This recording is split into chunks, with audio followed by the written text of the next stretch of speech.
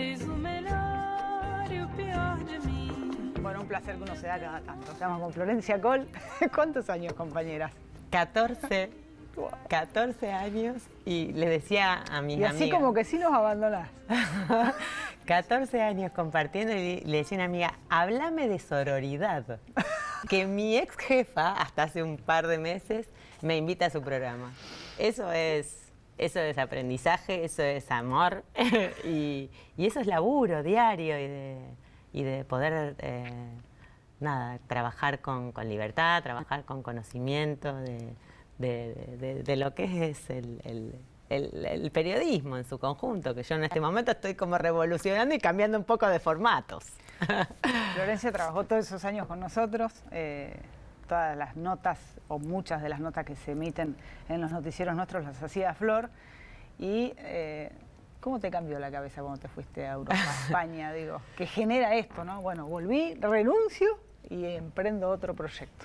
Y creo que todo se viene pariendo un poco antes, ¿no? Porque uno, viste, como a veces el cuerpo y las, ¿no? Sí, las experiencias te van dando posibilidad de tomar decisiones. En muchos casos yo me siento una privilegiada porque pude tomar decisiones, digamos, de esto de irme a estudiar un máster, que era una posibilidad que siempre me sedujo y que, bueno, que empecé a analizarla y, bueno, la pude concretar y que fue un año, una experiencia de un año, que en el medio del armado de una tesis y demás, me dio muchas ganas de cumplimentar una fantasía, un sueño que tenía, que era armar un diario, un periódico feminista y con ilustradoras, en cómic, en viñetas, hacer toda esta combinación de pasiones que una fue, digamos, trabajando a lo largo de su vida.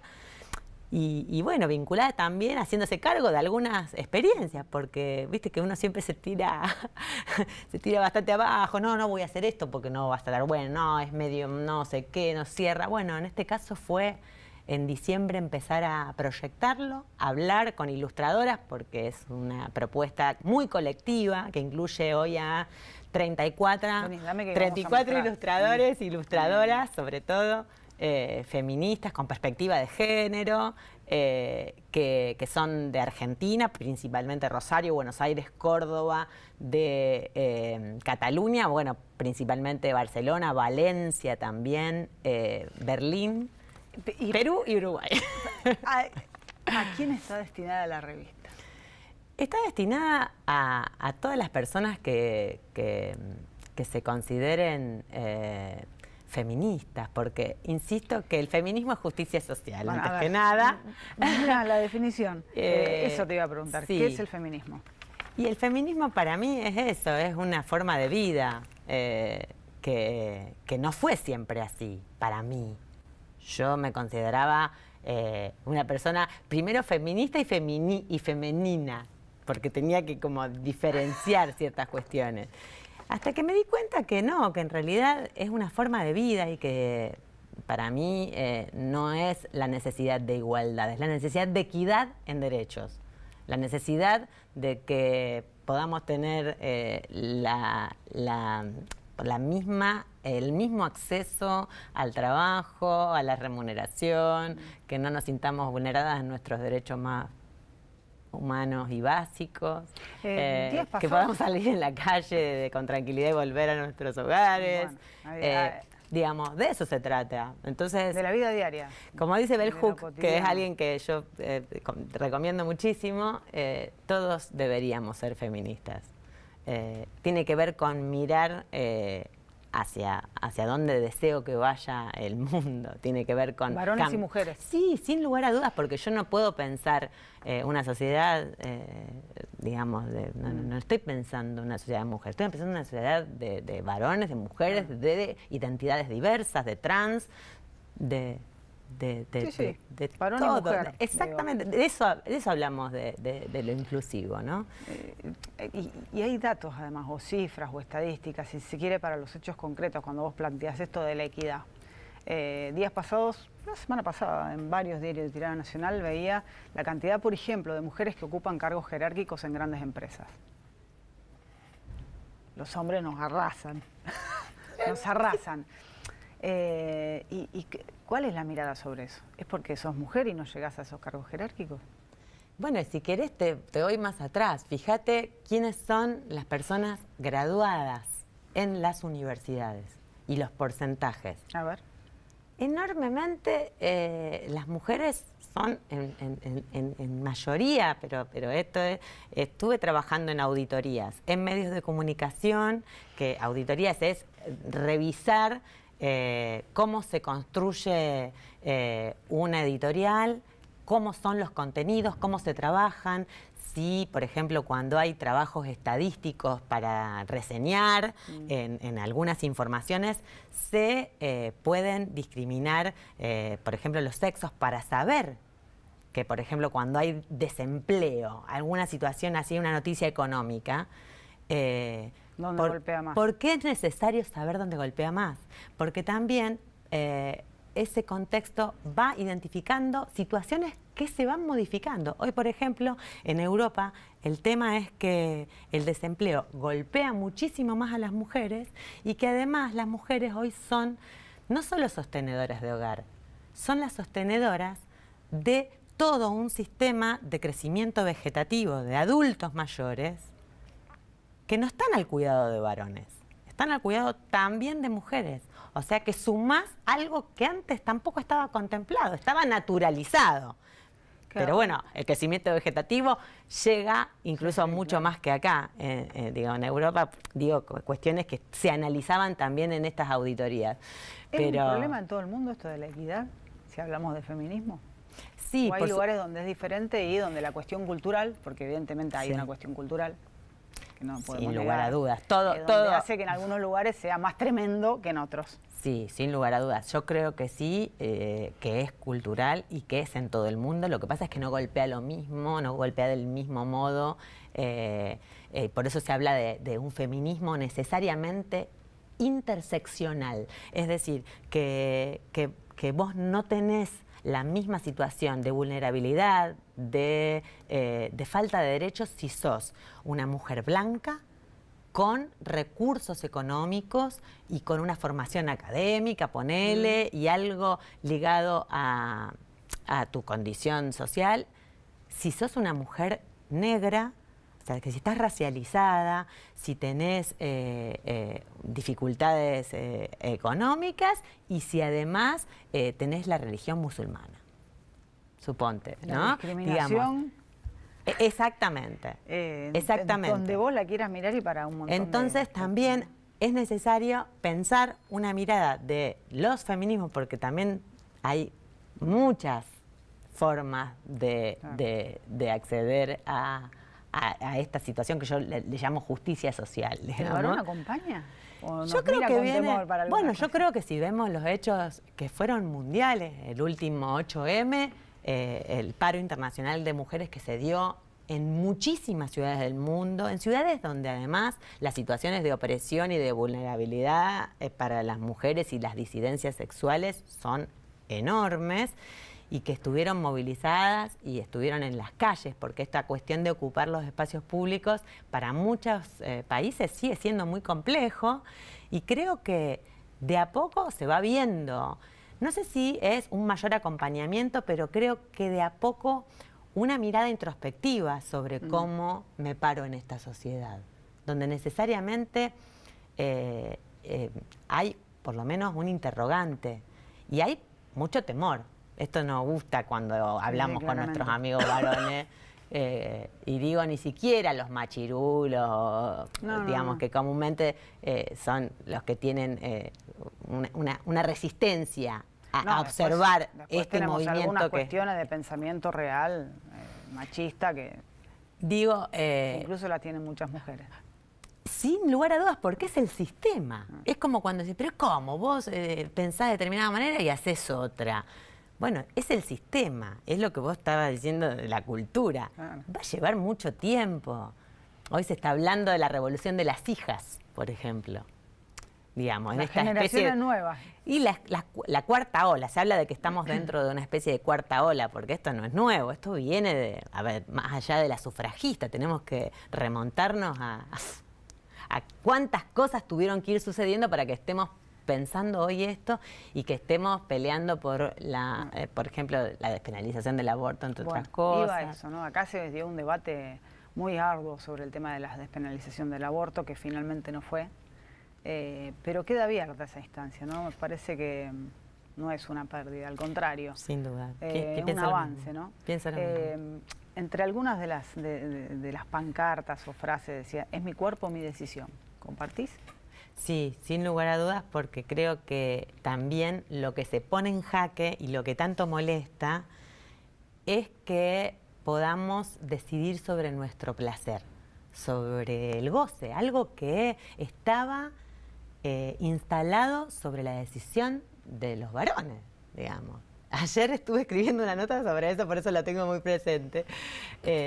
Y es algo de lo que, a pesar de que podemos hablarlo en un canal de televisión y demás, es un tema que todavía en la vida diaria es otra cosa. Sigue siendo muy tabú. Hablar del orgasmo femenino. ¿Quién se cuida? Pero habla antes del orgasmo. ¿Quién se cuida? ¿Con pastillas? No, ni hablar. Con bueno, de hecho, mirá, vos tocás el tema de... Es difícil por ahí para las chicas, ponerte el preservativo. Sin lugar a dudas. Muchos hombres se resisten. Bueno, de hecho, era algo muy común hace un par de años que los regalen, los entreguen gratuitamente en cualquier concierto, en cualquier espacio social y público. Hoy no sucede eso. Tenés que ir a buscarlos si los querés. Hoy no sucede eso y no es menor. Y no es menor. Entonces, bueno, nada, no hablamos solamente de la interrupción del embarazo. Hay un montón de cuestiones ligadas a enfermedades de transmisión sexual que hoy no sé en qué medidas están hablando. De hecho, después de la situación de debate sobre interrupción voluntaria del embarazo, bueno, pedían muchísimas personas que se focalice en la educación, Bueno, hoy la ESI, la educación sexual integral, también está siendo recortada y está siendo impedida para que se siga impulsando en las escuelas. No, pero además hay un debate... es muy perverso eso. Perverso, donde el tema religioso tiene mucho peso, lamentablemente. Estamos en un país que se supone es laico. Se supone. Sin embargo, incluso en las escuelas religiosas pidieron dar educación sexual desde otro punto de vista. No sé. Bueno, sí, ¿Cuál será el otro punto de vista? No, digo, porque el Estado tiene que legislar para todo. Después cada uno elige lo que le gusta. Sin lugar a duda. Sin lugar a duda. Pero el Estado debe hacerse cargo y bueno, es por lo menos preocupante lo que está ocurriendo en un montón de provincias argentinas con esta resistencia que bueno, debe ser una política de Estado, insistimos con esta idea y hay muchas personas que se están movilizando para que esto se dé a conocer, que se dé a la luz y que sea conocido y que ocupe un espacio en los medios de comunicación que es difícil de instalar cuando hay mucho poder detrás para que esto no suceda. Digamos. Sí, y seguimos, además descuidando al que menos tiene, ¿no? Es el más postergado. Sí, porque cuando hablamos de muerte de mujeres por aborto en forma insalubre, hablamos de mujeres pobres que no llegan a acceder a una clínica privada donde todos sabemos que... Cualquiera, llama por teléfono y pedía el turno. Bueno, todos sabemos que hay otras formas, porque no es que no va a haber abortos porque no se haya aprobado la ley. No, los abortos seguro. van a seguir existiendo y las condiciones en las que se practican esos abortos, las mujeres pobres, siguen siendo en condiciones tremendas. No, tremenda. Y la otra mentira entonces, es el aborto como método anticonceptivo. Tremenda mentira. Sin lugar a dudas, sin lugar a dudas. Eso es una brutalidad decir eso. Es una brutalidad. Y fue una de las frases para embarrar la cancha, claramente. Contame qué notas vamos a leer acá. Bueno, las Feminietas estamos en pleno proceso de la edición número 2, que en estos días va a estar. ¿Y la número 1, dónde la vemos? Y la número 1 la vemos en librerías amigas de la ciudad de Rosario y zonas de influencia. No sé si podemos dar nombres. Sí. Sí, Buchín Libros, ahí en calle Entre Ríos 735. También en Mal de Archivo, ahí en Moreno 477. En Zahuira, en librerías feministas. Y también tenemos un @feminetas, que es el Instagram, donde todas las personas se comunican. Y la verdad que nos llama la atención porque está Está muy integral la comunicación. Así que, bueno, estoy aprendiendo bastante. No soy millennial, si alguien no se dio cuenta todavía. Pero, bueno, el uso de estas herramientas me ha posibilitado contactar a una cantidad enorme de ilustradoras y de periodistas que van a colaborar. Con el 2. Sí, en el número 2 hay, bueno, periodistas de la ciudad de Rosario muy reconocidas y queridas, como Sonia Tesa, como Virginia Giacosa, como, bueno, ilustradoras como Jazmín Varela, como María Victoria Rodríguez, Alina Calzadilla, Lucía Seizas, el grupo, parte del grupo de la cuadrilla feminista, que son ilustradoras realmente talentosísimas que vienen publicando sus libros y fanzines y un montón de cuestiones, y hay reconocidas catalanas. Bueno, en esta está Maitena, que tuvo la enorme deferencia de colaborar y de mandar ilustraciones y unos textos bellísimos. Y hay niñas jugadoras de fútbol e ilustradoras que escribieron también para este número 1. Hablamos de nuestros cuerpos, hablamos de salud sexual integral y hablamos de algo que no sé si está demasiado instalado aquí, pero que bueno, lo estuve trabajando en Barcelona, que es el porno ético y feminista. ¿Y eso? ¿Qué pasa con, bueno, cuando el porno mainstream, que es el porno que se consume y que mueve millones de dólares en todo el mundo y que es el que comúnmente usted señora, usted señor, lo ve en el teléfono de celular de su pareja, seguramente, porque es algo que, bueno, hoy en día circula y muchísimo. En cualquier dispositivo, ¿no? En cualquier dispositivo y gratuitamente, y decíamos que es un porno mentiroso, es un porno, digamos, es una sexualidad mentirosa. Porque en manos de quién está. Básicamente, son intereses. ¿Dónde estamos? O sea, la intención es, con este tipo de cine X o de adultos, es construir una narrativa que se acerque a lo real. Porque sin lugar a dudas, el porno es educación sexual también, y deben saberlo aquellos que no, que todavía no lo entendieron. Bueno, y algo sucede con eso. Algo sucede con las políticas del goce, del deseo, y sobre todo también con las confusiones que hay sobre cuando alguien se horroriza por alguna acción monstruosa, o cuando nos enteramos de violaciones en grupo, y cuando nos enteramos de que no hay una conciencia plena del hecho que se aconteció, ¿no? Entonces, es muy fácil analizarlo en un contexto cultural donde este porno, en muchos de los casos, naturaliza la cultura de la violación, por ejemplo. Y entrar a otros tipos de cine de adultos, a un universo donde también hay sexo explícito, también no es un porno para mujeres o un porno soft, tiene que ver con otras formas de pensar una narrativa, porque de eso se trata en definitiva, de cómo construimos otras narrativas para hacer otros relatos, porque en definitiva, si está, bueno, tenemos que hacernos cargo. Entonces, ¿qué hacemos? Nos tapamos los oídos, no miramos y miramos para otro lado, o decimos, bueno, esto no está bueno, tengo hijos, tengo sobrinos, tengo, a ver, ¿o qué hago? No, yo esto no, hay cosas. No, mi hijo, no, mi hijo. No, a ver, ¿qué hay? ¿Esto es lo que hay? No, esto es una porquería lo que hay. Bueno, entonces, ¿ya está?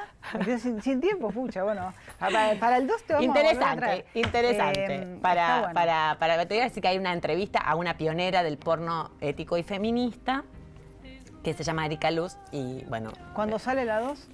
Mañana vamos a imprenta, ¿Mañana? Así que la semana que viene te la voy a mandar. Bueno, muchas gracias. Gracias a vos, Flor, muchas gracias.